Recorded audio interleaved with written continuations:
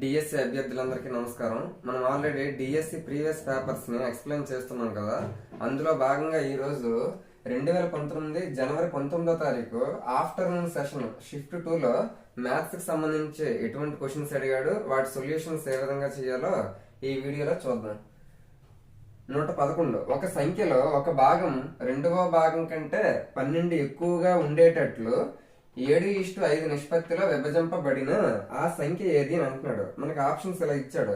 మనకి ఒక నెంబర్ ఉంది, ఆ నెంబర్ ని 2 పార్ట్స్ గా డివైడ్ చేశాడు. ఫస్ట్ పార్ట్ ఏమో 7 పార్ట్స్ ఉంది, సెకండ్ ఏమో 5 పార్ట్స్ ఉంది. అయితే మొదటి భాగం ఏదైతే ఉందో అది రెండో భాగం కంటే 12 ఎక్కువ అని అంటున్నాడు. ఇక్కడ మనకి ఆ నెంబర్ ని ఏ నిష్పత్తిలో విభజించాడు? 7:5 నిష్పత్తిలో విభజించాడు. మరి మొదటి భాగము 5 ఉంది, రెండో భాగం రెండో భాగం 5 ఉంది, మొదటి భాగం 7 ఉంది. ఆడేమన్నాడు? ఒక భాగము రెండో భాగం కంటే 12 ఎక్కువ అని అన్నాడు. అంటే ఇక్కడ చూస్తే నిష్పత్తి ప్రకారంగా చూస్తే 5 కంటే 7 2 ఎక్కువ, అవునా కదా? ఆ 2 అనేది 12 ఎక్కువ అని అన్నాడు. అంటే రెండు భాగాలు 12కు సమానం అయ్యింది అని అర్థం చేసుకోవచ్చు. దాని ప్రకారంగా మనకు అడిగింది ఏంటి? ఆ సంఖ్య ఏమిటి అని అన్నాడు. ఇప్పుడు ఒక సంఖ్యనే కదా 7:5 నిష్పత్తిలో విభజించడం అంటున్నాడు. కాబట్టి మనకు కావాల్సిన సంఖ్య అంటే ఏమవుతుంది? 7, 5 ఆ రెండు ముక్కలు కలిపితేనే మనకి పూర్తిగా ఉన్న నెంబర్ అవుతుంది. కాబట్టి 7, 5 12. మనకి కావాల్సిందేమో 12 భాగాలు. రెండు భాగాలేమో 12 అయింది. మనకి 12 భాగాలు కదా కావాలి. 12 ఏ విధంగా అవుతుంది? ఇంటూ 6 చేస్తే 2 × 6 12. సేమ్ అలాగే ఇక్కడ కూడా ఇంటూ 6 చేయాలి. 12 × 6 72 అవుతుంది. ఆ నెంబర్ ఏదంటే 72. Option 3 is the correct answer. Next 112 దీర్ఘ చతురస్రం యొక్క పొడవు దాని వెడల్పు కన్నా 10 ఎక్కువ, దాని చుట్టుకొలత 140 సెంటీమీటర్లు అయినా దాని వైశాల్యం చదరపు సెంటీమీటర్లలో ఎంత అని అంటున్నాడు. మనకి ఆప్షన్స్ ఇలా ఇచ్చాడు. వాడు ఏమంటున్నాడు? ఒక దీర్ఘ చతురస్రం యొక్క పొడవు ఏదైతే ఉందో అది వెడల్పు కన్నా 10 ఎక్కువ అని అంటున్నాడు. అంటే వెడల్పును మనం x అనుకుంటే ఆ x కంటే 10 ఎక్కువ అంటున్నాడు. అంటే పొడవు ఎంత అవుతుంది? x + 10 అవుతుంది. ఇప్పుడు దీని తర్వాత చుట్టుకొలత మనకాడు ఇచ్చేసాడు. ఎంత ఇచ్చాడు? 140 సెంటీమీటర్ అన్నాడు. మరి చుట్టుకొలత ఫార్ములా ఏంటి? దీర్ఘ చతురస్రంకి 2 × l + j. అది ఎంత ఇస్తాడు? మనకి పెరిమీటర్ 140 అని ఇస్తాడు. ఇప్పుడు 2 1 270. ఇప్పుడు l అంటే పొడవు ఎంత? x + 10 ప్లస్ b అంటే ఎంత? b అంటే ఏంటి? వెడల్పు కాబట్టి x = 70. x 2x. ఇప్పుడు +10 అటు వెళ్తే -10 అవుతుంది. 70 నుంచి 10 మైనస్ చేస్తే 60 వస్తుంది. Therefore x = 2 1 2 30. x = 30 వచ్చింది. x వాల్యూ దేనికి సంబంధించింది? వెడల్పుకి సంబంధించింది. అంటే వెడల్పు ఏమో 30, మరి పొడవు వెడల్పు కంటే 10 ఎక్కువ అన్నాడు కదా. కాబట్టి ఇదేమవుతుంది? 40 అవుతుంది. ఇప్పుడు మనకు అడిగింది ఏంటాడు? వైశాల్యం, ఏరియా అడిగాడు. దీర్ఘచతురస్రం రెక్టాంగిల్ కి ఏరియా ఫార్ములా ఏంటి? l × b కదా. l అంటే ఏంటి? లెంత్ 40 × b అంటే బ్రెత్ 30. 40 × 30 4 3s 12. 2 zeros ఉన్నాయి కాబట్టి 2 zeros. సెంటీమీటర్ స్క్వేర్ చదరపు సెంటీమీటర్లు 1200. Option 1 is the correct answer. Next 113 రెండు సంఖ్యల లబ్ధం 1,55,520 మరియు వాటి గసాబా 72 అయినా కసాగు ఎంత అని అంటున్నాడు. మనకి ఆప్షన్స్ ఏమో ఈ విధంగా ఇచ్చాడు. మనకి రెండు సంఖ్యలు ఇచ్చి వాటి గసాబా కసాగాలకి అంటే ఎల్సిఎం హెచ్సిఎఫ్లకి మనకి కండిషన్ ఏముంది? ఫార్ములా ఏముంది? రెండు సంఖ్యల లబ్ధం ఏవైతే ఉంటాయో రెండు సంఖ్యల లబ్ధం ఆ రెండు సంఖ్యల తాలూకా గసాబా హెచ్సిఎఫ్ కి అదే రెండు సంఖ్యల తాలూకా కసాగు ఎల్సిఎం కి ప్రొడక్ట్ అంటే లబ్ధానికి సమానము. ఇది మనము తెలుసుకోవాల్సింది. దీని ప్రకారం గాడు రెండు సంఖ్యల లబ్ధం ఆల్రెడీ ఎంత ఇస్తాడు? 1,55,520 ఇస్తాడు. అందులో గసాబా హెచ్సిఎఫ్ కూడా ఇస్తాడు. ఎంత? 72 ఇంటూ ఎల్సిఎం కసాగేమో మనం కనుక్కోమంటున్నాడు. కాబట్టి ఎల్సిఎం అదే మనం కనుక్కోవాలి. ఇప్పుడు ఇటువైపు ఎల్సిఎం కి 72 ఇంటూ చేస్తుంది, ఇటు వస్తే ఏమవుతుంది? డివైడ్ చేస్తుంది. కాబట్టి ఎల్సిఎం = 72. ఇప్పుడు కరెక్ట్ గా చూస్తే రెండు కూడా 9 తో డివైడ్ అవుతాయి. 9 8s. ఇప్పుడు ఇక్కడ చూస్తే 9 1s 9 9 6 ఉంటుంది. 6 పక్కన 5 అంటే 65. 9 7s 63. 65 లో 63 పోతే 2 ఉంటుంది. 2 పక్కన 5 అంటే 25. 9 2s 18. 18 అంటే 25 లో 18 పోతే 7 ఉంటుంది. 7 పక్కన 2 అంటే 72. 9 8 72. ఇక్కడ 0 ఉంది కాబట్టి 0. అంటే ఏమొచ్చింది? 17,208 80/8 వచ్చింది. ఇప్పుడు 8 తో కూడా డివైడ్ అవుతుంది. 8 2 16, 17 లో 16 పోతే 1 ఉంటుంది, 1 పక్కన 2 అంటే 12, 8 1 8, 12 లో 8 పోతే 4, 4 పక్కన 8 అంటే 8 6 48, 0 ఉంది కాబట్టి 8 0 0 అంటే ఏమొచ్చింది 2160 వచ్చింది. ఆ రెండు నెంబర్లతో ఒక కసా ఎంత అంటే 2160. Option 2 is the correct answer. మనం తెలుసుకోవాల్సింది ఏంటంటే రెండు సంఖ్యల లబ్ధము అదే రెండు సంఖ్యల తాలూకా గసాబా మరియు కసాగుల లబ్ధానికి సమానము. నెక్స్ట్ 114 పక్క పటంలో OA is equal to AB అని అంటున్నాడు. ఇది OA is equal to AB అంటే ఓ నుంచి ఏ వరకు ఎంత దూరం ఉంటుందో ఏ నుంచి బి కూడా అంతే దూరం ఉంటుంది. కాబట్టి ఈ రెండు సమానం అని చెప్పడానికి ఈ విధంగా ఇచ్చాడు. Next angle A is equal to x degrees అంటే ఏ దగ్గర కోణం ఎక్స్ డిగ్రీస్ అంట. Next angle C is equal to 2x degrees, C దగ్గర కోణం 2x డిగ్రీస్ అట. మరియు CD is equal to OD, CD ఏదైతే ఉందో అది ఓడికి సమానం అంటే సిడి ఎంత ఉంటుందో ఓడి కూడా అంతే ఉంటుంది. కాబట్టి ఆ రెండు సమానం అని చెప్పడానికి ఇక్కడేమో ఈ విధంగా ఇచ్చాడు వాడు. ఇప్పుడు ఎక్స్ విలువ ఎంత అని అంటున్నాడు. మనకి యాంగిల్ ఏ దగ్గర ఎక్స్ ఏదైతే ఉందో ఆ ఎక్స్ తాలూకు వాల్యూ ఏమో మనం కనుక్కొని అంటున్నాడు. ఆప్షన్స్ ఏమో ఈ విధంగా ఇచ్చాడు. ఇందులో కరెక్ట్ గా చూస్తే మనకి ఇక్కడ ఏదైతే శీర్షం ఉందో ఓ దగ్గర శీర్షం ఉంది కదా, ఆ శీర్షానికి ఇటువైపు చూస్తే ఒక కోణం ఉంది, ఇటువైపు చూస్తే ఇంకొక కోణం అనేది ఏర్పాటు అవుతుంది. దీన్ని బట్టి ఇక్కడ శీర్షాభిముఖ కోణాలు అవుతాయి కదా ఈ రెండు. ఆ రెండు శీర్షాభిముఖ కోణాలు vertical opposite angles are equal అంటే శీర్షాభిముఖ కోణాలు సమానము. ఆ పాయింట్ ఒకటి మనకు తెలియాలి. అంటే ఇక్కడ ఎంత వస్తుందో ఇక్కడ కూడా అంతే వస్తుంది. మరి ఇక్కడ ఎంత ఉంటుందని అంటే ఇప్పుడు ఇదేదైతే ట్రయాంగిల్ ఉందో ఈ ట్రయాంగిల్ మీరు కరెక్ట్ గా చూస్తే ఇందులో ఈ 2 సైడ్స్ కూడా ఈక్వల్ గా ఉంటాయని అన్నాడు. మరి ఈ రెండు ఈక్వల్ గా ఉన్నాయంటే అది సమద్విబాహు త్రిభుజం. కాబట్టి సమద్విబాహు త్రిభుజంలో సమాన భుజాలకు ఎదురుగా ఉన్న కోణాలు సమానము. ఇప్పుడు ఈ రెండు సమానమైన భుజాలు కాబట్టి ఈ సమానమైన భుజానికి ఎదురుగా ఉన్న ఈ కోణము సమానము అంటే ఈ భుజానికి ఎదురుగా ఉన్న ఈ కోణము సమానం అంటే ఈ రెండు కోణాలు సమానం అన్నట్టు మనకి ఇక్కడ చెప్పాడు. ఎలా చెప్పాడు? ఈ రెండు భుజాలు సమానం కాబట్టి ఆ రెండు సమాన భుజాలకు ఎదురుగా ఉన్న కోణాలు సమానం కాబట్టి ఇది 2x అయిందంటే ఇది కూడా 2x అవుతుంది. మరి ఇది 2x అయిందంటే శీర్షాభిముఖ కోణాలు కాబట్టి ఇది కూడా 2x అవుతుంది. ఇప్పుడు కరెక్ట్ గా చూస్తే ఇక్కడ x ఉంది, ఇక్కడ 2x ఉంది, ఇక్కడ మనకు b తెలియదు. ఆ b తెలిస్తే అప్పుడు మూడు కోణాల మొత్తం 180 డిగ్రీలు చేయొచ్చు అంటే సమానం చేయొచ్చు. ఇప్పుడు ఇది మనకు తెలియాలంటే ఇంకొక మనకి క్లూ ఏమి ఇచ్చాడు? ఇక్కడ కూడా ఈ త్రిభుజం చూస్తే ఇది కూడా ఈ రెండు భుజాలు సమానమని వాడు లెక్కలో చెప్పాడు. OA is equal to AB అని. కాబట్టి ఈ త్రిభుజం కూడా సమద్విబాహు త్రిభుజం అవుతుంది. మరి సమద్విబాహు త్రిభుజంలో ఏవైతే సమానమైన భుజాలు ఉన్నాయో వాటికి ఎదురుగా ఉన్న కోణాలు కూడా సమానం. ఇప్పుడు ఇది సమానమైన భుజం, దానికి ఎదురుగా ఉన్న ఈ కోణము, ఇది సమానమైన భుజం, దీనికి ఎదురుగా ఉన్న ఈ కోణము సమానం అంటే ఈ రెండు కోణాలు సమానమని అర్థం చేసుకోవచ్చు. మరి ఇప్పుడు ఇది 2x అయినప్పుడు ఇది కూడా 2x కదా అవుతుంది. ఇప్పుడు దీని ప్రకారంగా ఈ త్రిభుజాన్ని నువ్వు పరిశీలిస్తే ఏ త్రిభుజంలోనైనా అంతర్కోణాల మొత్తం ఇంటీరియర్ యాంగిల్స్ సమ్ చేస్తే 180 కదా రావాలి. ఇప్పుడు x ఇక్కడ 2x ఇక్కడ 2x అంటే x plus 2x plus 2x అదంతా చేస్తే మనకి మూడు కోణాలు మొత్తం 180 డిగ్రీలు కదా.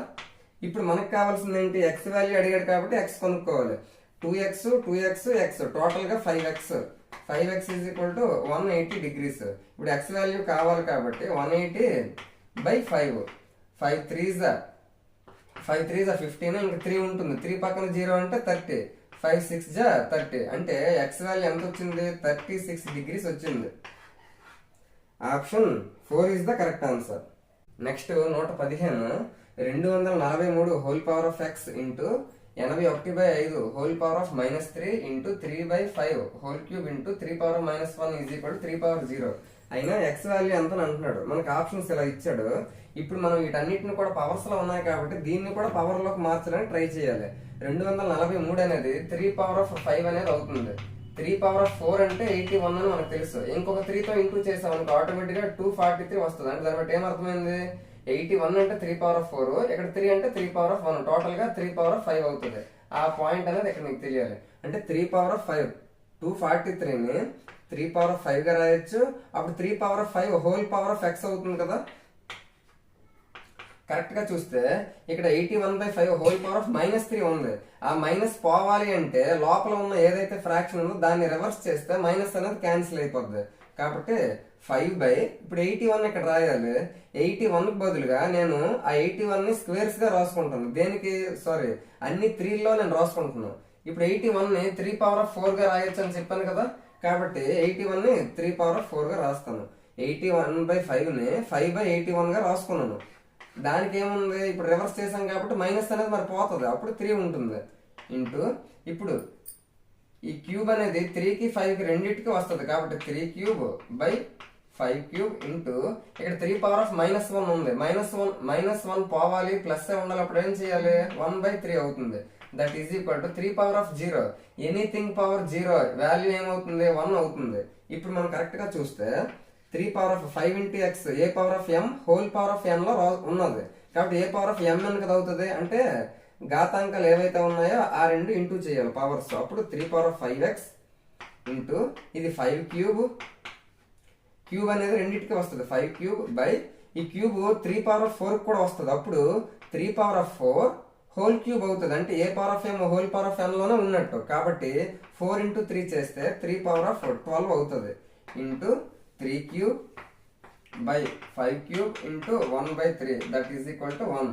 ఇప్పుడు కరెక్ట్ గా చూస్తే ఇక్కడ 5³ ఇక్కడ 5³ క్యాన్సిల్ అవుతుంది. ఇంకా ఏమేమి క్యాన్సిల్ అవుతాయి, ఇక్కడ 3³ లో ఒక 3 పోతే అప్పుడు ఇంకేముంటుంది, ఇక్కడ 3² ఉంటుంది కదా. ఇప్పుడు ఏమేమి ఉన్నాయి చూడండి, ఇక్కడ 3/5x ఉంది, ఇక్కడ 3/12 ఉంది, ఇక్కడేమో 3² ఉంది. ఇక్కడ పైన 3² పోయి ఇక్కడ 3/12 లో 2 పోయి అనుకున్నప్పుడు ఇక్కడ ఏముంటుంది, 3/10 కదా ఉంటుంది. అప్పుడు కిందన 3/10 ఉంది, అది పైకి వెళ్తే ఏమవుతుంది, 3/-10 అవుతుంది. దట్ ఈజ్ ఈక్వల్ టు అన్ని పోయాయి కాబట్టి 1 అవుతుంది.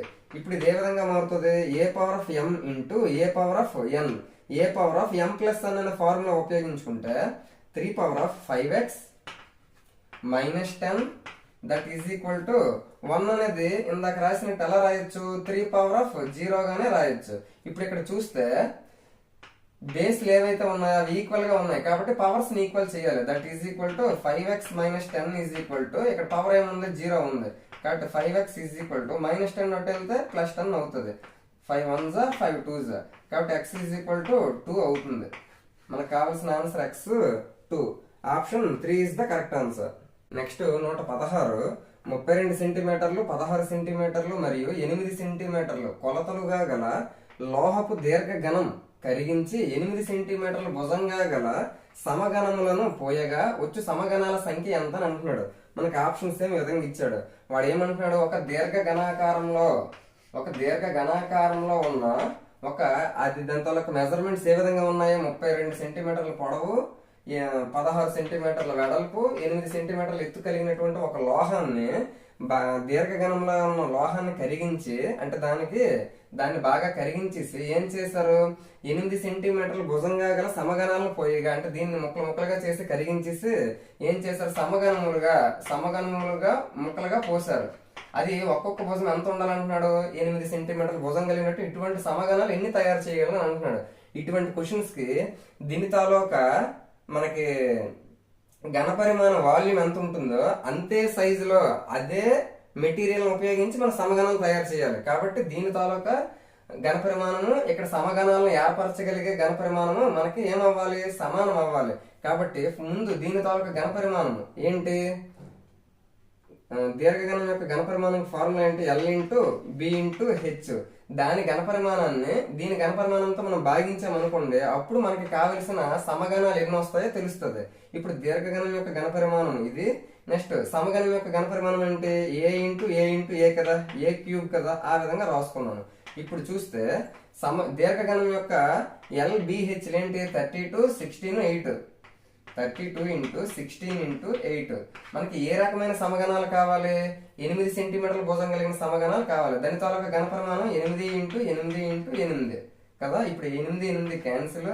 Next 8 1s 8 2s 2 1s 2 4s 4 1s 4 8s అంటే ఏం మిగిలింది, 8 మిగిలింది. అంటే ఈ రకమైనటువంటి కొలతలు కలిగినటువంటి దీర్ఘగణాన్ని కరిగిస్తే మనకి 8 సెంటీమీటర్ల భుజం కలిగిన సమగణాలు ఎన్ని వస్తాయి అంటే 8 సమగణాలు మనం ఏర్పరచగలము. కాబట్టి option 1 is the correct answer. Next 117 28 cube plus -15 cube plus -13 cube దాని తాలూకు వాల్యూ అడుగుతున్నాడు.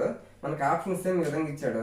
అన్నింటికి క్యూబ్స్ ఇచ్చాడు కదా, మనకి 28 కి 15 కి 13 కి క్యూబ్స్ అంటే కష్టం, కానీ మనకి స్క్వేర్స్ వచ్చు కదా. కాబట్టి 28 కి ముందు స్క్వేర్ చేస్తే 784 అని మనకు తెలుసు, అంటే ఇది స్క్వేర్. ఇది ఇంకొక 28 తో మనం గుణిస్తేనే కదా 28 క్యూబ్ అవుతుంది. అంటే 784 × 28 ప్లస్ -15 కి క్యూబ్ అంటే అర్థం ఏంటి, ముందు -15 కి స్క్వేర్ చేస్తే 225 వస్తుంది.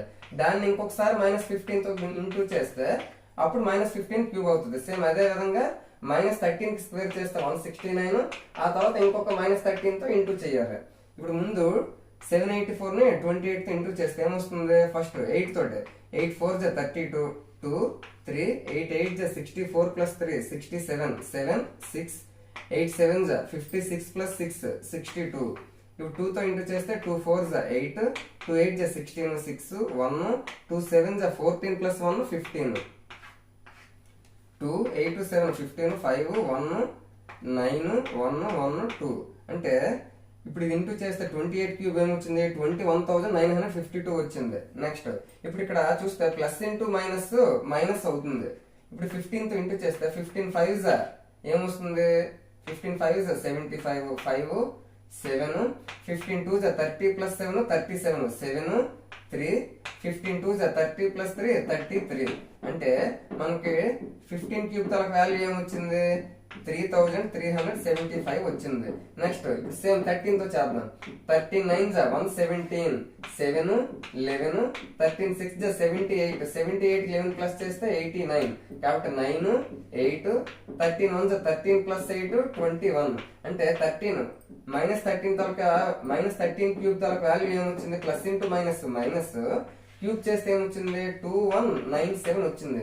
ఇప్పుడు ఇందులో కరెక్ట్ గా చూస్తే ఫస్ట్ ఈ రెండు మైనస్లతో ఉన్నాయి కాబట్టి ఈ రెండింటిని ప్లస్ చేసి ఆ వచ్చిన వాల్యూని దీని నుంచి మైనస్ చేయాలి. ముందు ఈ రెండు ప్లస్ చేద్దాం.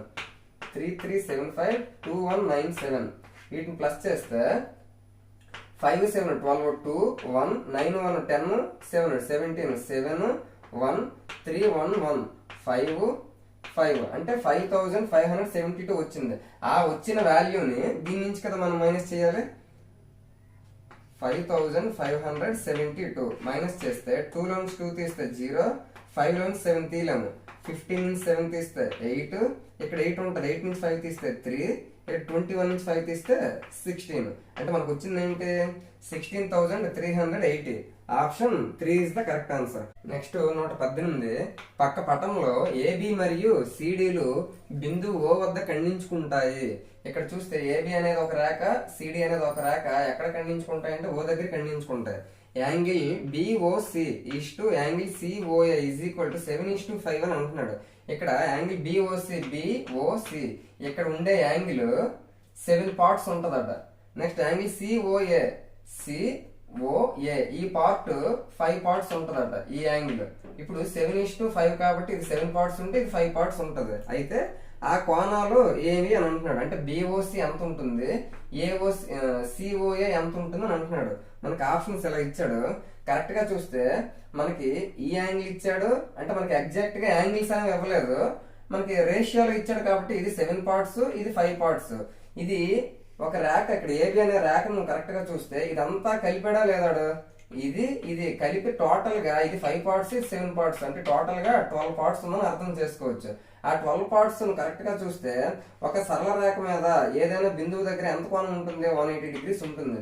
కాబట్టి ఈ 12 పార్ట్స్ అనేది 180 డిగ్రీస్ కి సమానం. ఇప్పుడు మనకు అడిగింది ఏంటి, 7 పార్ట్స్ ఉన్న బిఓసి యాంగిల్ ఎంత ఉంటుంది, 5 పార్ట్స్ ఉన్న సిఓఏ యాంగిల్ ఎంత ఉంటుంది అంటున్నాడు.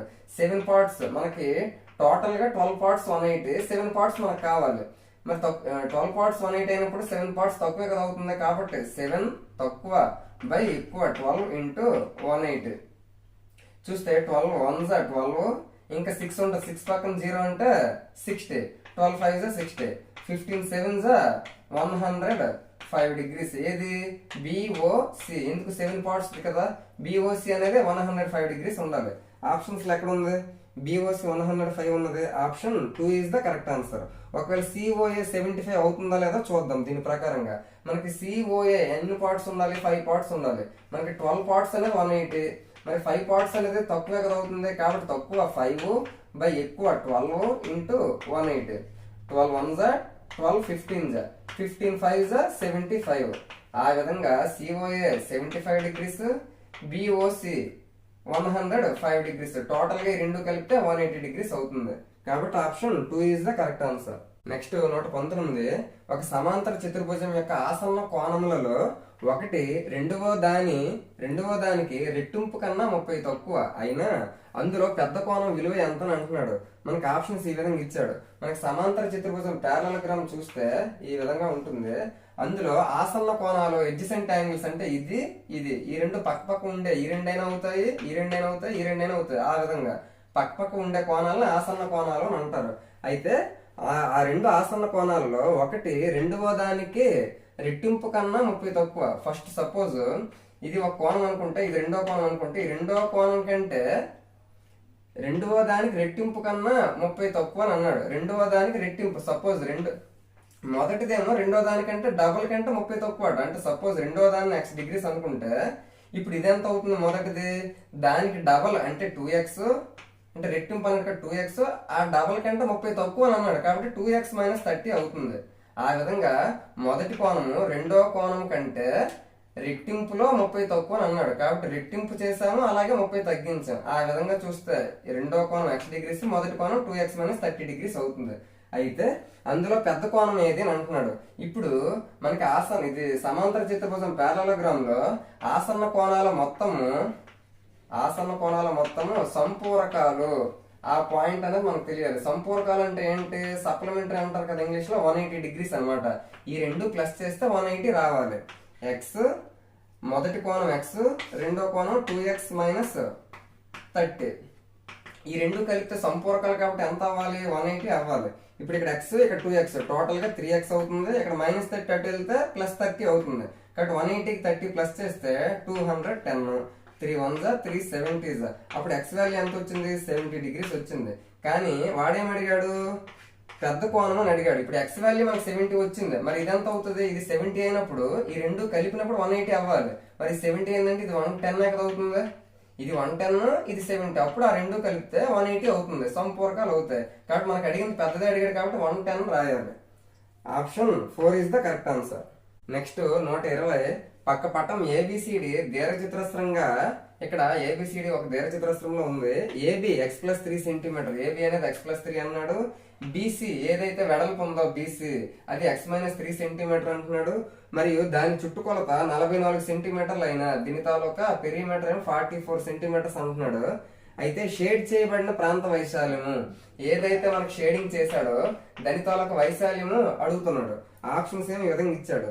ఇప్పుడు మనం చూస్తే మనకి ఇచ్చిన క్లూ ఏంటి? ఇక్కడ 44 సెంటీమీటర్స్ అన్నాడు పెరిమీటర్. మనకి దీర్ఘచతురస్రం తాలూకా చుట్టుకొలత ఫార్ములా ఏంటి? 2 × L + B. ఇది చుట్టుకొలత ఫార్ములా. అది మనకి ఎంత ఇస్తాడు? వాడు 44 అని ఇస్తాడు.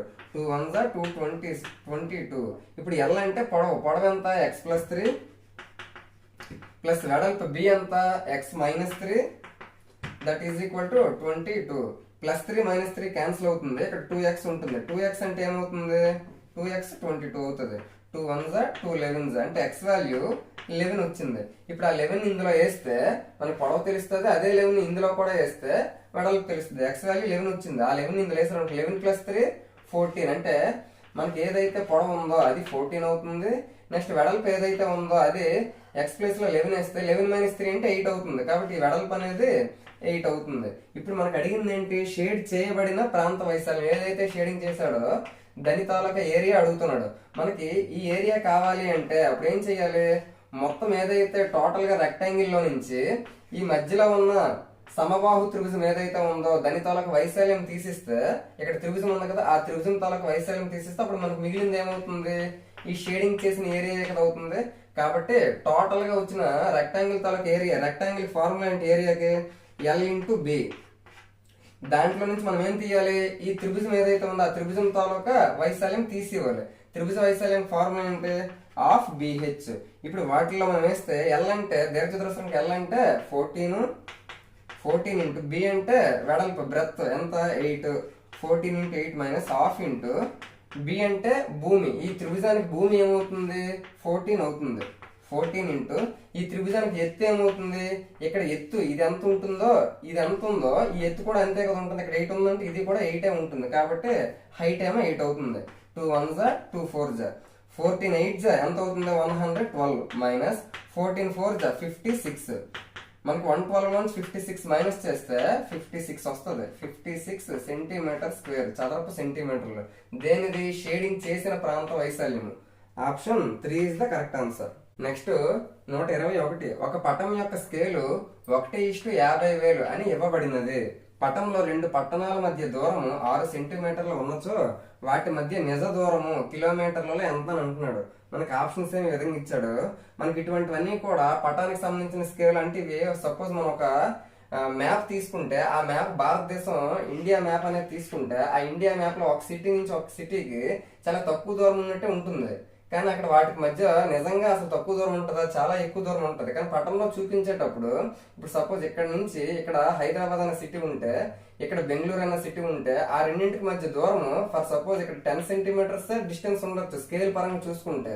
కానీ ఆ రెండింటికి మధ్య నిజమైన దూరం ఎంత ఉంటుంది, చాలా ఎక్కువ కిలోమీటర్లకు ఉంటుంది. అటువంటి దానికి సంబంధించింది అనమాట ఈ క్వశ్చన్. పటం ప్రకారం వీడు 1 సెంటీమీటర్ అనేది 50,000 1 సెంటీమీటర్ అనేది 50,000 సెంటీమీటర్లకు సమానం అని అంటున్నాడు. అంటే 1 సెంటీమీటర్ 50,000 సెంటీమీటర్లకు సమానం. అంటే పటంలో 1 సెంటీమీటర్ అనే దూరము మనకి నిజ దూరం వచ్చేసరికి 50,000 సెంటీమీటర్ల దూరానికి సమానం. ఆ విధంగా 2 పట్టణాల మధ్య దూరం 6 సెంటీమీటర్లు అయ్యింది. ఇప్పుడు ఏవో 2 పట్టణాలు ఉన్నాయి, ఆ 2 పట్టణాల మధ్య దూరము 6 సెంటీమీటర్లు అంటున్నాడు. అంటే ఇప్పుడు 1 సెంటీమీటర్ అయినప్పుడు 50,000 సెంటీమీటర్లు అయింది నిజమైన దూరం. 1 సెంటీమీటర్ అయినప్పుడు 50,000 సెంటీమీటర్లు అయ్యింది. ఇది పటం తాలూకా దూరము, ఇదేమో నిజ దూరము. 1 సెంటీమీటర్ మన పటంలో చూపిస్తే 50,000 సెంటీమీటర్లు నిజంగా ఉంటుంది. అటువంటిది మనకి 2 పట్టణాల మధ్య పటంలో చూపించిన దూరం ఎంత 6 సెంటీమీటర్లు. అయితే నిజమైన దూరం ఎంత అని అడుగుతున్నాడు. 1 సెంటీమీటర్ 50,000 పటంలో 1 సెంటీమీటర్ నిజంగా 50,000 అయినప్పుడు పటంలో 6 సెంటీమీటర్లు ఎక్కువే కదా అవుతుంది. కాబట్టి ఎక్కువ 6/1 ఇంటూ 50,000. ఇదంతా మనం చేస్తే మనకి ఎందులో వస్తుంది, సెంటీమీటర్స్ లో వస్తుంది. 6 ఇంటూ 5 6 5 30 30 పక్కన ఎన్ని సున్నాలు 4 సున్నాలు. అంటే ఇది ఎంత అయింది 3,00,000 సెంటీమీటర్లు అయ్యింది. ఇప్పుడు మనకు అది అడిగింది ఏంటి, కిలోమీటర్స్ లో అడిగాడు. కిలోమీటర్స్ లో అడిగాడంటే అర్థం ఏంటి, 1 km is equal to 1000 metres. 1 kilometre is equal to 1000 metres. మరి 1 మీటర్ ఇక్కడ సెంటీమీటర్స్ లోకి ఇంకా మార్చాలి. 1 మీటర్ అంటే 100 సెంటీమీటర్స్. కాబట్టి ఈ 1000 అలాగే ఉంటది. ఇప్పుడు మీటర్ ని మారిస్తే 100 సెంటీమీటర్స్ లోకి మారుతుంది. ఇప్పుడు టోటల్ గా ఇక్కడ 1000 ఉంది, ఇక్కడేమో ఇక్కడ 3 zeros ఉన్నాయి, ఇక్కడ 2 zeros ఉన్నాయి. టోటల్ గా 5 zeros అవుతాయి. అంటే అప్పుడు ఎందులోకి మారిపోయింది, సెంటీమీటర్స్ లోకి మారిపోయింది. దీని ప్రకారంగా మనం ఏం చెప్పొచ్చు, 10,000 ఇది 1,00,000 సెంటీమీటర్లు 1 కిలోమీటర్ అని అర్థం. మరి ఇక్కడ 3,00,000 సెంటీమీటర్లు ఉన్నాయి కాబట్టి ఎన్ని కిలోమీటర్లకు సమానం అవుతుంది, అది 3 కిలోమీటర్లకు సమానం అవుతుంది. ఇది ఆ 2 పట్టణాల మధ్య నిజమైన దూరం ఎంత అంటే 3 కిలోమీటర్లు. Option 2 is the correct answer. Next 122. 1/3 3/10 1/2 2/5 అకరణీయ సంఖ్యలను ఆరోహణ క్రమంలోకి అమర్చగా. మనకి అసెండింగ్ ఆర్డర్ లో ఈ ఫ్రాక్షన్స్ అన్నిటిని రాయమని చెప్తున్నాడు. ఆప్షన్స్ ఏమి ఈ విధంగా ఇచ్చాడు. ఇటువంటివి ఏవైతే ఉన్నాయి ఇప్పుడు ఇచ్చింది ఏంటి 1/3 3/10 1/2 2/5. ఇటువంటిప్పుడు మనము ఈ 4ని కసాగు చేసుకొని మనకి ఏదైతే కసాగు వస్తుందో ఆ కసాగుని ప్రతిదానికి ఇంటూ చేసుకొని అప్పుడు కూడా వస్తుంది. కానీ దానికంటే బెస్ట్ మెథడ్ ఏంటంటే ప్రతిదానికి మనం లవం ఏదైతే ఉందో వాటికి జీరోస్ పెట్టుకుంటే, ఇప్పుడు చూడండి 10 ఏమో 3తో ఎన్నిసార్లు పోతుంది, 3 3s 9, ఇంకా మనకి ఇంకా 1 ఉంది కదా కాబట్టి పాయింట్ పెట్టుకుంటే ఇంకా మనకి 10 అవుతుంది. అప్పుడు 3.3 అనేది వస్తుంది. అంటే 3.3 సంథింగ్ అని వస్తుంది. అది అలా ఉంచండి. నెక్స్ట్ 30 అనేది 10తో 3 times ఎగ్జాక్ట్ గా డివైడ్ అవుతుంది. నెక్స్ట్ 10 అనేది 2తో ఎగ్జాక్ట్ గా 5 times డివైడ్ అవుతుంది. నెక్స్ట్ 20 అనేది 5తో ఎగ్జాక్ట్ గా 4 times డివైడ్ అవుతుంది. ఇప్పుడు కరెక్ట్ గా చూస్తే ఇక్కడ 3 పక్కన ఏమీ లేదంటే దాని అర్థం ఏంటి 3.0. ఇది 3.3 ఇది 3.0 5 4. అన్నిటికంటే మనకి ఎందులో పెట్టమన్నాడు, అసెండింగ్ ఆర్డర్ ఆరోహణ క్రమంలో పెట్టమన్నాడు. అసెండింగ్ ఆర్డర్ అంటే ఏంటి, చిన్న నెంబర్ నుంచి పెద్ద నెంబర్ నుంచి మనం అమర్చాలి. ఇప్పుడు అన్నిటికంటే చిన్నది ఏది 3.0 అనేది అన్నిటికంటే చిన్నది. 3.3 అనేది దీని మీద ఇది పెద్దది కాబట్టి అన్నిటికంటే చిన్నది 3.0 కాబట్టి ఇది దేనికి సంబంధించిన భిన్నము 3/10 కి సంబంధించిన భిన్నము. కాబట్టి ఫస్ట్ 3/10 రాయాలి. దానికంటే పెద్దది ఏది 3.3 అంటే మనకేంటి 1/3, ఇటు 3.3 అనేది 1/3కి సంబంధించిన భిన్నము. నెక్స్ట్ ఈ రెండింటిలో చిన్నది ఏది 4 అనేది దేనికి సంబంధించింది 2/5కి సంబంధించింది కాబట్టి 2/5. లాస్ట్ లో మిగిలింది అంటే 1/2 మిగిలింది. ఆ విధంగా చూసుకుంటే ఇది మనకి అసెండింగ్ ఆర్డర్ అవుతుంది. మనకి ఇటువంటి ఏవి అడిగినా కూడా లవంలో 0 పెట్టుకొని డివైడ్ చేసేటట్టు చేస్తే మనకి ఈజీగా అర్థమైపోద్ది. మరి ఎక్కడ ఉంది 3/10, 1/3 ఇది ఇక్కడ ఉంది. Option 4 is the correct answer. Next 123 దిగువ వాణిలో 1 27a²b³ మైనస్ a⁵ కి కారణాంకం ఏదని అంటున్నాడు. ఆప్షన్స్ ఏమో ఈ విధంగా ఇచ్చాడు. ఇందులో మనం కరెక్ట్ గా చూస్తే ఇక్కడ 27 ఉంది, a² ఉంది, b³ a⁵ ఉంది. ఈ రెండింటిలో కూడా కామన్ గా ఉన్నది ముందు బయటికి తీద్దాం. ఇక్కడ a² ఉంది, ఇక్కడ a⁵ ఉంది. a⁵లో a² అనేది ఉన్నట్టే కదా కాబట్టి ముందు మనం a² బయటికి తీస్తే ఇప్పుడు ఇక్కడ ఏముంది 27 a² తీసారు కాబట్టి b³ మైనస్ a⁵లో a² బయట తీసామంటే ఇంకా a³ కదా లోపల ఉంటుంది. ఆ విధంగా ఉంది. ఇప్పుడు కరెక్ట్ గా చూస్తే a² అలా ఉంచండి. నెక్స్ట్ ఇక్కడ 27 ఉంది, ఇక్కడ b³ ఉంది. అంటే 27 కూడా క్యూబ్ లో రాస్తే టోటల్ గా పవర్ లో క్యూబ్ రాయొచ్చు. ఇప్పుడు 27 ని 3³ గా రాయొచ్చు. దాని పక్కన ఏముంది b³ ఉంది. అంటే క్యూబ్ అనేది రెండింటికి వస్తుంది కాబట్టి అప్పుడు ఏమవుతుంది 3b³ అవుతుంది. కాబట్టి 3b³ మైనస్ a³ ఈ a² అలా ఉంచితే ఇక్కడ ఏదైతే ఉందో దీన్ని కరెక్ట్ గా చూస్తే a³ మైనస్ b³ ఫార్ములాలో ఉంది. a³ మైనస్ b³ కి ఫార్ములా ఏంటి a minus b into a² plus ab plus b². ఇది a³ మైనస్ b³ కి ఫార్ములా అవుతుంది. మరి ఆ ఫార్ములా రకంగా కదా ఉంది కాబట్టి మనం ఇప్పుడు రాయవలసింది ఏంటి ఈ ఫార్మ్ అనేది మనం రాయాలి. ముందు a మైనస్ b రాయాలి. ఇందులో a ఏది 3b మైనస్ b ఏది a మైనస్ b రాస్తాం. ఇప్పుడు a² plus ab plus b² రాయాలి. a² అంటే a అంటే ఏంటి 3b కదా, దీనికి స్క్వేర్ చేయాలంటే 3కి స్క్వేర్ చేస్తే 9b² అవుతుంది. ప్లస్ ab అంటే abని గుణించాలి. a ఇంటూ 3b అంటే టోటల్ గా 3ab అవుతుంది. నెక్స్ట్ b² b అంటే ఏంటి a కదా కాబట్టి a². ఆ విధంగా చూసుకుంటే a² 3b minus a 9b² plus 3ab plus a². ఈ మూడు కూడా కారణాంకాలు అవుతాయి. దేనికి దీని మొత్తానికి. ఇందులో ఒక్కటి మాత్రం మనకి ఇందులో ఇచ్చాడు. అదేది ఇచ్చాడు a² ఇవ్వలేదు, 3b మైనస్ a కూడా ఇవ్వలేదు. మరి ఏమి ఇవ్వాలి కంపల్సరీగా ఇది ఇవ్వాలి. అది మనకి ఆప్షన్ 4 లో ఉంది కాబట్టి option 4 is the correct answer.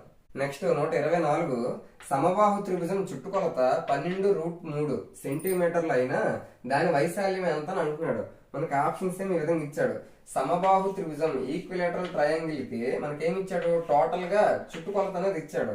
కనుక్కోమన్నది ఏంటి వైశాల్యం కనుక్కోమంటున్నాడు. మనకి ఈక్విలేటరల్ ట్రయాంగిల్ కి ఏరియా ఫార్ములా ఏంటి √3/4 a².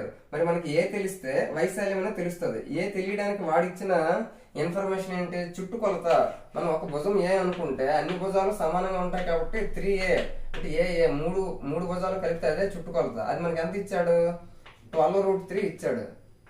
3 1 3 4 అంటే a ఈజ్ ఈక్వల్ టు 4√3. మనకు కావాల్సిన ఏ వాల్యూ ఇక్కడ వచ్చింది కదా చుట్టుకొలత ప్రకారంగా. ఆ ఏ వాల్యూని ఇందులో వేయాలి. √3/4 ఇంటూ a² అంటే ఏంటి a ఇంటూ a అంటే a అంటే ఏంటి 4√3 ఒకసారి వేస్తా. ఇప్పుడు a² అన్నాడు కాబట్టి ఇంకొకసారి 4√3 చెయ్యాలి. 4 క్యాన్సిల్ అవుతుంది. నెక్స్ట్ √3 ఇంటూ √3 అంటే √3 హోల్ స్క్వేర్ అవుతుంది. అప్పుడు స్క్వేర్ కి రూట్ కి క్యాన్సిల్ అవుతుంది. ఏం మిగులుతుంది 3 మిగులుతుంది. అప్పుడు 3కి 4 ఇంటూ చేస్తే 3 4 12 అవుతుంది. ఇక్కడ √3 ఉంది కాబట్టి √3 అంటే మనకి వైశాల్యము a ఈజ్ ఈక్వల్ టు 12√3 వచ్చింది. ఎక్కడుంది option 1 is the correct answer. Next 125 ఒక మనిషి తన స్కూటర్ పై గంటకు 30 కిలోమీటర్ల వేగంతో వెళ్ళినా అతను తన గమ్యస్థానాన్ని 6 నిమిషాలు ఆలస్యంగా చేరుతాడు. కానీ గంటకు 40 కిలోమీటర్ల వేగంతో ప్రయాణించిన 5 నిమిషాలు ముందుగా చేరుతాడు. అయితే అతను ప్రయాణించిన దూరం ఎంత అని అంటున్నాడు. మనకి ఆప్షన్స్ ఈ విధంగా ఇచ్చాడు. ఫస్ట్ ఏమన్నాడు ఒక అతను స్కూటర్ పై గంటకు 30 కిలోమీటర్ల వేగంతో వెళ్తే 6 మినిట్స్ లేట్ అయ్యాడు. 6 మినిట్స్ లేట్ అయ్యాడు. అదే 40 కిలోమీటర్ల వేగంతో వెళ్తే అంటే స్పీడ్ పెంచాడు. 40 కిలోమీటర్స్ పర్ అవర్ తో వెళ్తే అప్పుడు మనోడు 5 మినిట్స్ ముందే వెళ్ళిపోయాడు. అంటే 5 మినిట్స్ ఎర్లీగా వెళ్ళిపోయాడు. అంటే ఇప్పుడు దీన్ని బట్టి ఏమర్థమైంది ఇక్కడ 10 కిలోమీటర్ల స్పీడ్ పెంచడం వల్ల ఇక్కడ 6 నిమిషాలు లేట్ ని అధిగమించాడు. అలాగే టైం టు టైం కాకుండా ఇంకా ముందుగానే వచ్చాడు. అంటే టోటల్ గా మనకి ఈ 10 కిలోమీటర్ల టైం పెంచడం వల్ల 11 నిమిషాలు అనేది కవర్ చేశాడా లేదా? ఇప్పుడు దీని ప్రకారంగా చూస్తే మనకి వేగము ఈజ్ ఈక్వల్ టు దూరము బై కాలం, ఇది మనకు తెలుసు కదా. మరి దీని ప్రకారంగా కాలం ఏమొస్తుంది? కాలం ఈజ్ ఈక్వల్ టు దూరము బై వేగం అవుతుంది. ఆ ఫార్ములా ఉపయోగించి ఇక్కడ మనము మొదట 30 కిలోమీటర్లు వెళ్ళాడు, తర్వాత 40 కిలోమీటర్లు వెళ్ళాడు. ఆ డిఫరెన్స్ అనేది ఇక్కడ మనకు వచ్చింది కదా. ఇప్పుడు దాని ప్రకారం డిఫరెన్స్ కడితే మనకు 11 నిమిషాలు వచ్చింది. 11 ఈజ్ ఈక్వల్ టు మొదట వెళ్ళిన వేగం ఎంత? మొదట కాలం దూరము బై కాలం కాబట్టి మొదటి ఏదైతే దూరం ఉందో ఆ దూరమే మనం కనుక్కోవాలి. కాబట్టి ఎక్స్ బై దూరం బై వేగం. వేగం మొదట ఎంత వేగంతో వెళ్ళాడు? 30 కిలోమీటర్ల వేగంతో వెళ్ళాడు. అలాగే అదే దూరం మారదు కదా, గమ్యస్థానం మారదు. దానికి రెండోసారి ఎంత వేగంతో వెళ్ళాడు? 40 కిలోమీటర్ల వేగంతో వెళ్ళాడు. ఈ రెండు కూడా ఇది కాలమే, ఇది కాలమే. ఆ రెండింటి తాలూకు డిఫరెన్స్ మనకు 11 నిమిషాలకు సమానము. ఇప్పుడు దీని ప్రకారంగా చూస్తే మనకి ఇక్కడ వేగము 30 కిలోమీటర్లు కదా, అది మనకి అవర్స్ లో ఉంది. ఇక్కడ 40 కిలోమీటర్లు కదా, అది కూడా అవర్స్ లో ఉంది. కానీ ఇక్కడ మనకి 11 చూస్తే 11 మనకి మినిట్స్ లో వచ్చింది. కాబట్టి దీన్ని కూడా మనం కంపల్సరీగా అవర్స్ లోకి మార్చుకోవాలి. కాబట్టి బై 60 చేస్తే ఆటోమేటిక్ అవర్స్ లోకి మారింది. ఇప్పుడు చూస్తే మనకి కావాల్సిన ప్రయాణించిన దూరం అంటే ఎక్స్ వాల్యూ కనుక్కోమని చెప్తున్నాడు. ఇప్పుడు 30కి 40కి మనం కసాగు కడితే ఎల్సిఎం 1200 వస్తుంది. అప్పుడు 40 into X 40x minus 30 into X 30x. దాని ప్రకారంగా 11/60 ఇటువైపు ఉంది. ఇప్పుడు 60తో దీన్ని చేయొచ్చు. 60 1 60 20 ఇప్పుడు దాని ప్రకారంగా చూస్తే ఇక్కడ 40 ఇక్కడ 20 ఇంటూ 11 11 2 22 220 అవుతుంది. దట్ ఈస్ ఈక్వల్ టు ఇటువైపు 40లో నుంచి 30x తీస్తే ఎంత ఉంటుంది? 10x ఉంటుంది. ఇప్పుడు చూస్తే 10 1 10 22 అంటే ఎక్స్ వాల్యూ మనకి ఎంత వచ్చింది? 22 వచ్చింది. అంటే దాన్ని బట్టి ఏమర్థమైంది? ఆ ఎక్స్ వాల్యూ అంటే ఏంటి? ప్రయాణించిన దూరం అని చెప్పుకున్నాం కదా. ఆ ప్రయాణించిన దూరము 22 కిలోమీటర్లు. గమ్యస్థానం option 3 is the correct answer. ఈ విధంగా మనం డిఫరెన్స్ అనేది కనుక్కుంటే ఆటోమేటిక్ గా దాన్ని దూరము బై వేగంతో, కాలం అంటే దూరము వేగం కాబట్టి దానితో మనం సరిపోల్చుకుంటే మనకు కావాల్సిన ఆన్సర్ వస్తుంది. నెక్స్ట్ 126 8 పరిశీలనల అంక మధ్యము లెక్కించుటలో 42కు బదులు 24ను పొరపాటు చేయగా విలువ 38గా వచ్చిన సరైన అంక మధ్యం ఏది అని అంటున్నాడు. ఆప్షన్స్ ఏమి ఈ విధంగా ఇచ్చాడు. అంటే మనకి 8 పరిశీలన అంశాలు ఉన్నాయి. వాటిలో 42 అనేది కూడా ఒకటి ఉంది. కానీ 42 అనేది మనం లెక్క పెట్టకుండా పొరపాటుగా 42కు బదులు 24ని లెక్క పెట్టేశాడు. అప్పుడు ఎంత వచ్చింది? అంక మధ్యం ఎంత వచ్చిందంటే 38 వచ్చింది. యాక్చువల్ గా సరైన అంక మధ్యం 38 కాదు. ఎందుకు? ఇక్కడ తప్పు లెక్క పెట్టాడు. అంటే ఒక నెంబర్ బదులు ఇంకొక నెంబర్ ని క్యాలిక్యులేషన్ చేస్తాడు. కాకపోతే ఇప్పుడు మనకి ఏంటి కావాలి? సరైన అంక మధ్యం ఏదని అంటున్నాడు. ఇప్పుడు మనకి 8 పరిశీలన అంశాల తాలూకా సగటు ఎంత అంటున్నాడు? 38 అంటున్నాడు. ఇప్పుడు అంక మధ్యం అంటే ఏంటి? రాసుల మొత్తము బై రాసుల సంఖ్య కదా. ఆ రాసుల సంఖ్య 8. రాసుల మొత్తమే మనకు తెలియదు. ఆ రాసుల మొత్తం ముందు కనుక్కుందాం. రాసుల మొత్తం ఈజ్ ఈక్వల్ టు మనకి అంక మధ్య 38 ఇస్తాడు. ఆ రాసుల సంఖ్యని ఇటువైపు తెస్తే ఇంటూ కదా అవుతుంది.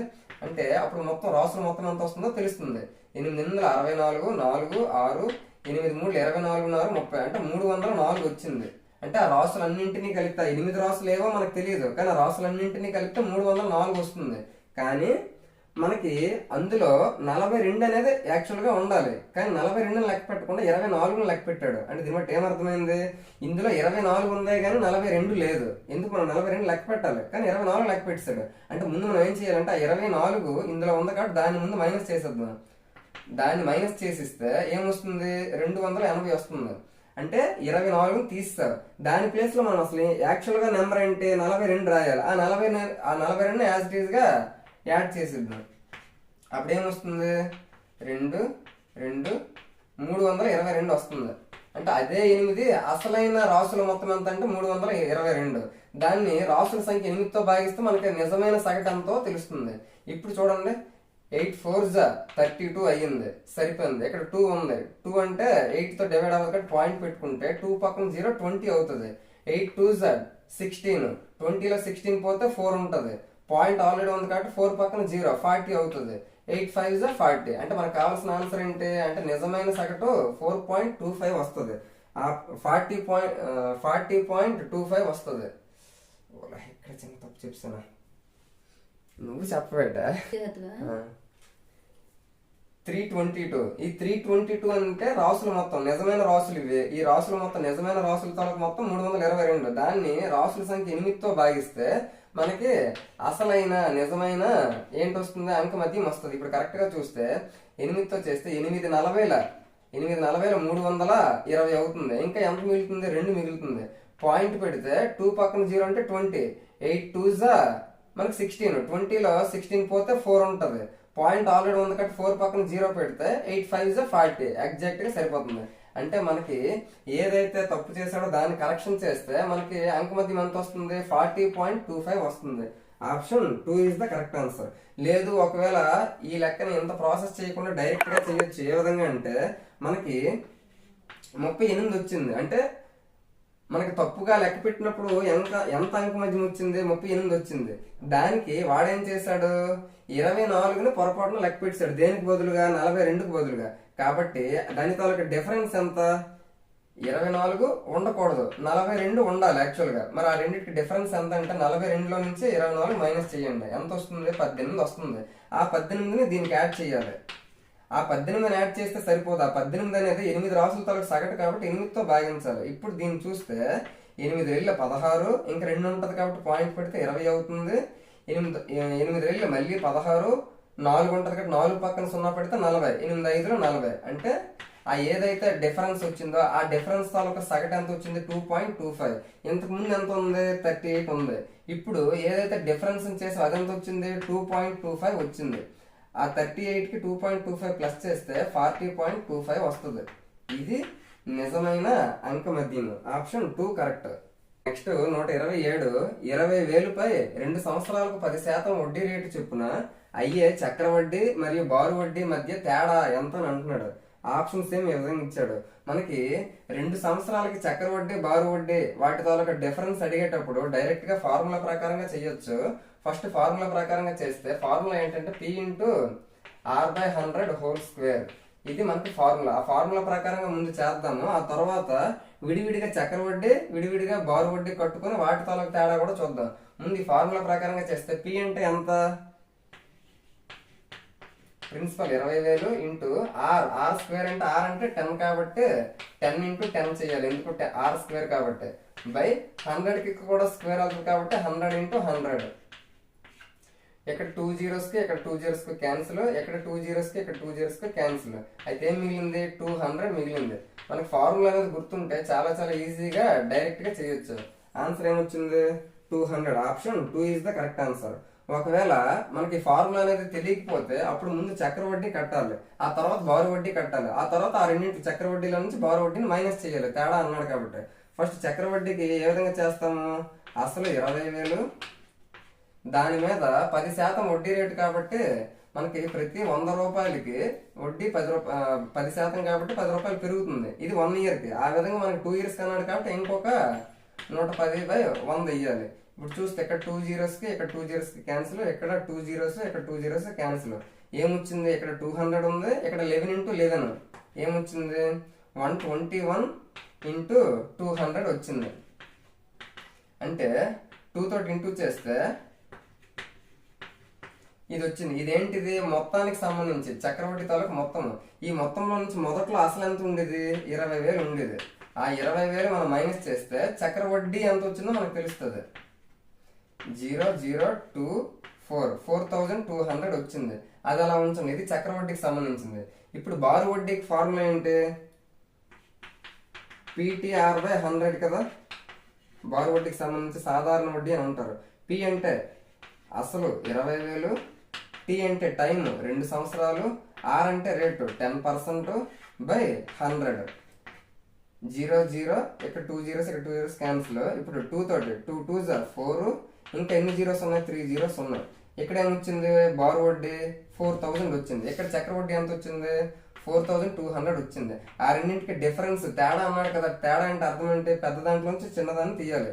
చక్రవడ్డీ ఎప్పుడు ఎక్కువ వస్తుంది కాబట్టి 4,200, బారు వడ్డీ ఏమో 4,000. ఆ రెండు మైనస్ చేస్తే మనకి ఎంత వస్తుంది, 200 వస్తుంది. ఆ విధంగా విడివిడిగా చేసేటప్పుడు ప్రాసెస్ ఎక్కువ టైం పడుతుంది. మనకి ఫార్ములా అనేది గుర్తుంటే ఒక్క 1 minute లో కూడా టైం పడుతుంది. P ఇంటూ R/100 ఈ ఫార్ములా చేస్తే మనకి ఇది కేవలం ఈ ఫార్ములా అనేది 2 years కి అడిగేటప్పుడు మాత్రమే ఉపయోగపడుతుంది. P/R/100 కాబట్టి మనకు వచ్చిన ఆన్సర్ ఏంటి 200. Option 2 is the correct answer. Next 128. ఒక వ్యక్తి చేతి గడియారం రెండింటిని ఒక్కొక్కటి 6,000 రూపాయలకు అమ్మగా ఒక దానిపై 20% లాభం, మరొక దానిపై 20% నష్టం వచ్చిన మొత్తం మీద అతనికి లాభమా నష్టమా ఎంత శాతం అన్నాడు. ఆప్షన్స్ ఏమి ఈ విధంగా ఇచ్చాడు. మనకి 2 వస్తువులు 6,000 రూపాయలకే అమ్మాడు.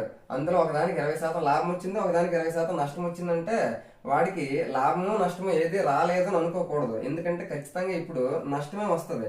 ఇటువంటిది మనకి అమ్మగాని అనేటప్పుడు అది ఇంపార్టెంట్. ఒక వ్యక్తి చేతి గడిగా రెండింటిని ఒక్కొక్కటి 6,000 రూపాయలకి అమ్మగాని అన్నాడు కాబట్టి మనకు ఖచ్చితంగా నష్టం వస్తుంది. అదే రెండింటిని ఒకదాన్ని 20% లాభంతో కొన్నాడు, ఇంకొక దాన్ని 20% నష్టంతో కొన్నాడు అని అనుకోండి, అప్పుడు లాభము రాదు నష్టము రాదు. కానీ ఇక్కడ అమ్మాడు అని స్పెషల్ గా అన్నాడు కాబట్టి అప్పుడు దీనికి ఫార్ములా ఏంటంటే x² అనేది ఫార్ములా. x² అంటే 20 × 20. ఇక్కడ x అంటే ఏదైతే మనకు వాల్యూ ఇస్తాడో రెండు ఈక్వల్ గా ఉండాలి. ఇక్కడ 20% లాభం అన్నాడు, 20% నష్టం అన్నాడు కాబట్టి x వాల్యూ 20 అవుతుంది. 20 × 20/100. 0 0 ఇక్కడ 2 zeros క్యాన్సిల్ అయితే 2 × 2 ఏమవుతుంది 4 అవుతుంది. కంపల్సరీగా నష్టమే వస్తుంది కాబట్టి 4% అనేది నష్టం అవుతుంది. Option 3 is the correct answer. మనకు ఒకవేళ ఇదే లెక్కలో ఇక్కడ ఇది అమ్మగా అనకుండా కొనగా అన్నాడు అనుకోండి, అప్పుడు వాడికి నష్టము రాదు లాభము రాదు. ఆ విధంగా ఇక్కడ అమ్మగా అనే పాయింట్ అనేది చాలా ఇంపార్టెంట్ గా తెలుసుకోవాలి. నెక్స్ట్ 129. సమగణం యొక్క ప్రతి భుజమును 3 రెట్లు చేయగా దాని సంపూర్ణతల వైశాల్యంలో వచ్చి పెరుగుదల ఎంత అని అంటున్నాడు. ఆప్షన్స్ ఏమి ఈ విధంగా ఇచ్చాడు. మనకి సమగణము ఫర్ ఎగ్జాంపుల్ ఒక ఏ అనే ఒక భుజం కలిగినటువంటి సమగణము అంటే వెడల్పు ఏ అవుతుంది, ఎత్తు ఏ అవుతుంది. ఆ విధంగా పొడవు వెడల్పు ఎత్తు 3 కూడా సమానంగా ఉన్నటువంటి గణాన్ని సమగణంగా చెప్పుకోవచ్చు.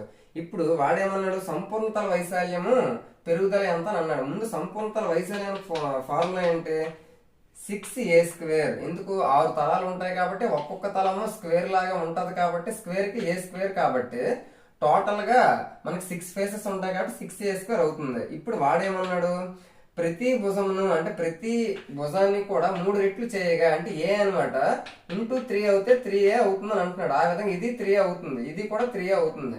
అప్పుడు సంపూర్ణతల వైశాల్యం ఏమవుతుంది అని అంటున్నాడు. ఇప్పుడు 6 × a ప్లేస్ లో ఏ అనేది 3 టైమ్స్ అయిందని అన్నాడు వాడే కాబట్టి ఏ ప్లేస్ లో 3a రాయాలి. Square 6a².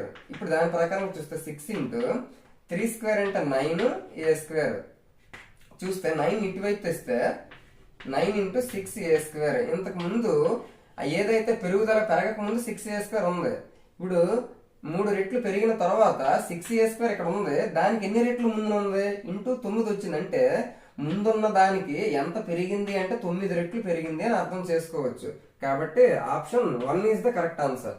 Next last the 130. 2b91a7. ఇది ఒక నెంబరు అను ఒక 6 అంకెల సంఖ్య 9 చే నిశ్శేషంగా భాగింపబడిన ఇది ఒక 6 అంకెల సంఖ్య. అది ఖచ్చితంగా 9తో ఎగ్జాక్ట్ గా డివైడ్ అవుతుందని అంటున్నాడు. అయితే a+b యొక్క కనిష్ట విలువ ఎంత అని అంటున్నాడు. ఆప్షన్స్ ఏమి విధంగా ఇచ్చాడు. మనకి ఇచ్చిన నెంబర్ లో ఏ ఉంది బి ఉంది. ఆ ఏ ప్లేస్ లో ఎంత ఉంటుంది బి ప్లేస్ లో ఎంత ఉంటుంది ఆ రెండింటి తాలూకా ప్లస్ చేస్తే మన కనిష్ట వాల్యూ ఎంత వస్తుంది అని అంటున్నాడు. చూస్తే మనకి ఇచ్చిన నెంబర్ ఏంటి 2b91a7. ఇప్పుడు మనకు ఒక దేంతో భాగిస్తుందని అంటున్నాడు 9తో నిశ్శేషంగా భాగించబడుతుంది అంటున్నాడు. అంటే 9 తాలూకా డివిజిబిలిటీ రూల్ ఏంటి సమ్ ఆఫ్ డిజిట్స్. అంటే అందులోపల అంక మూలం అనేది ముందు మనం కనుక్కోవాలి. సమ్ ఆఫ్ డిజిట్స్ అనేది 9తో డివైడ్ అయితే ఆ నెంబర్ మొత్తం కూడా 9తో డివైడ్ అవుతుంది. ఇక్కడ ఈ నెంబర్ మొత్తం 9తో డివైడ్ అవుతుంది అని వాడే అన్నాడు కాబట్టి ఇప్పుడు ఇందులో ఉన్న అంకెల మొత్తము మనం కలిపితే అప్పుడు ఆ అంకెల మొత్తం 9తో భాగించబడుతుంది. చూస్తే 2a-b అలా ఉంచండి. a+b ఆ రెండింటిని ప్లస్ చేస్తాను, తర్వాత మిగిలినవన్నీ ప్లస్ చేస్తాను. 2 9 11 1 12 7 19. ఇక్కడ 19 వచ్చింది. ఇక్కడ a+b ఉంది. అంటే a+b ప్లేస్ లో a+b అనే దాని ప్లేస్ లో ఏముంటే 9తో డివైడ్ అవుతుంది అని అంటున్నాడు. ఇప్పుడు ఇక్కడ 19 ఉంది. 19 ఉన్నది అంటే 19 ఫర్ సపోజ్ ఇక్కడ a+b 0 అయింది అనుకోండి. అంటే a 0 b 0 అనుకోండి. అప్పుడు 19 + 0 19 అవుతుంది. 19 అనేది 9 తో డివైడ్ అయినప్పుడే కదా ఈ నెంబర్ మొత్తం డివైడ్ అవుతుంది. కాబట్టి 0 రాదు, 1 రాదు. ఎందుకు? 19 1 ప్లస్ చేస్తే 20 కూడా అవ్వదు. ఎక్కడ మనకు మళ్ళీ 9 తో డివైడ్ అవుతుంది అంటే 27 దగ్గర 9 తో డివైడ్ అవుతుంది. మరి ఇప్పుడు 19 ఆల్రెడీ ఈ నెంబర్స్ ఏవైతే ఉన్నాయో డిజిట్స్ వాటన్నిటిని కలిపి 19 అయిపోయింది. మరి ఏబీలను కలిపితే మనకి 27 అవ్వాలి. 19 కి ఎంత ప్లస్ చేస్తే 27 అవుతుంది? 8 ప్లస్ చేసినప్పుడే కదా 27 అవుతుంది.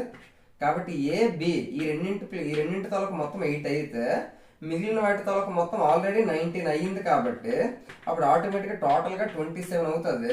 27 అయ్యింది అంటే 6 అంకెల తాలూకా డిజిటల్ రూట్ మొత్తం 27 అవుతుంది. 27 9 తో డివైడ్ అవుతుంది కాబట్టి టోటల్ గా 9 3 అవుతుంది. కాబట్టి టోటల్ గా ఆ నెంబర్ మొత్తం కూడా 9 తో డివైడ్ అవుతుంది. అంటే 9 తో డివైడ్ అవ్వాలి అంటే ఏ ప్లస్ బి ప్లేస్ లో ఎంత ఉండాలి అంటే 8 ఉండాలి. ఆ విధంగా 8 ఉన్నప్పుడు మాత్రమే 9 తో డివైడ్ అవుతుంది. Option 4 is the correct answer. ఈ విధంగా 2019 జనవరి 19వ తారీఖు షిఫ్ట్ 2 లో మ్యాథ్స్ కి సంబంధించి ఎటువంటి క్వశ్చన్స్ అడిగాడు, వాటి సొల్యూషన్స్ ఏ విధంగా చేయాలో అర్థమైందని అనుకుంటున్నాను. ఈ వీడియో కనుక మీకు నచ్చిందంటే తప్పకుండా లైక్ చేయండి. మీ డిఎస్సి ఫ్రెండ్స్ ఎవరైతే ఉన్నారో వారికి కూడా షేర్ చేయండి. Thank you.